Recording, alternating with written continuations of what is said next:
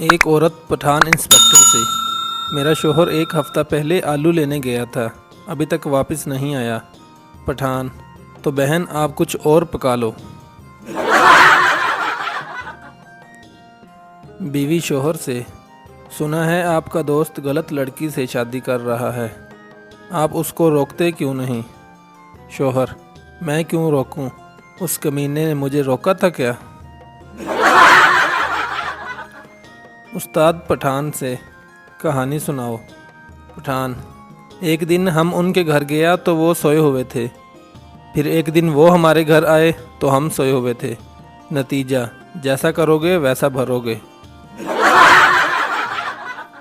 Pathan Jurassic park film देख रहा था। फिल्म में डायनासोर स्क्रीन की तरफ दौड़ा और पठान जल्दी से उठकर बाहर की तरफ भागा।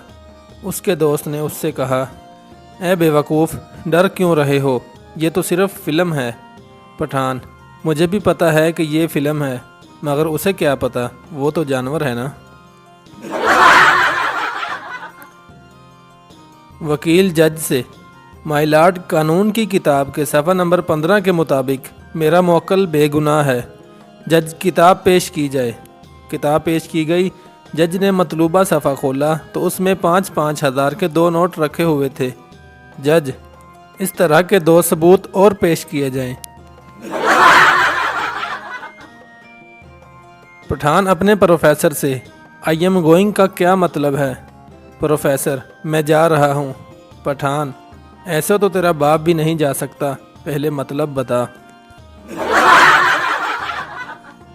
सरदार अपने टीचर से: नथिंग का क्या मतलब है? टीचर: कुछ नहीं। सरदार: बेगैरती न कर, अगर लफ्ज़ बनाया है तो कुछ मतलब तो होगा। आदमी अपने दोस्त से: वाइफ, बीवी और बेगम में क्या फ़र्क है?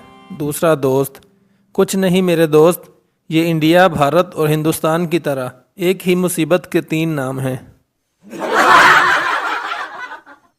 एक दरिया के किनारे 2 सरदार दरिया के अंदर चम्मच से दही डाल रहे थे। एक पठान वहां आया और पूछा, भाई ये क्या कर रहे हो? सरदार बोले, हम लस्सी बना रहे हैं। पठान: हा हा हा, ओ पागल के बच्चों, इसलिए तो लोग तुम पे लतीफ़े बनाते हैं। इतनी लस्सी पिएगा तुम्हारा बाप?